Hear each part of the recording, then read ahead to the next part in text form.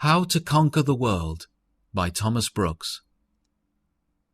Perhaps the world, the smiling world or the frowning world, the tempting world or the persecuting world, lies as a heavy stone or burden upon your heart, as it does upon the hearts of thousands in these days. Witness their attempting anything to get the favours, honours and riches of this world. Ah, how many have turned their backs upon God and Christ and truth to gain the world. How will you get this burden off? Only by exercise of faith.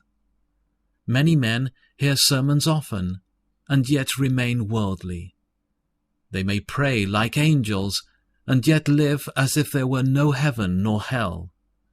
They will talk much of heaven, and yet those who are spiritual and wise smell their breath to stink strong of earth. All their endeavours can never cure them of this soul-killing disease, until faith breaks forth in its glorious actings. A man may hear sermons and pray many years, and yet remain as carnal, base, and worldly as ever. There is no way under heaven to remove this burden, but the exercise of faith. For everyone born of God overcomes the world. This is the victory that has overcome the world, even our faith. Who is it that overcomes the world? Only he who believes that Jesus is the Son of God. 1 John 5:4 and 5. Faith presents the world to the soul under all those notions which the Scripture holds forth the world unto us by.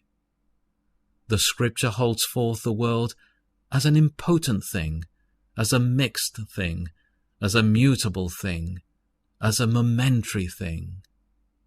Now faith comes and sets this home with power upon the soul, and this takes the soul off from the world. Faith causes the soul to converse with those more glorious, soul-satisfying, soul-delighting, and soul-contenting objects.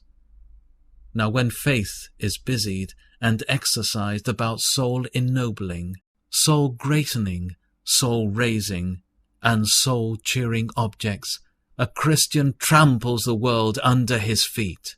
In Hebrews 11, it was the exercise of faith and hope upon noble and glorious objects which carried them above the world, above the smiling world, and above the frowning world, above the tempting world, and above the persecuting world.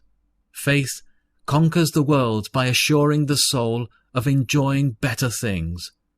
Men may talk much of heaven and of Christ and religion, but give me a man who does really and clearly lives under the power of divine faith, and I cannot see how such a one can be carried out in an inordinate love to those poor transitory things.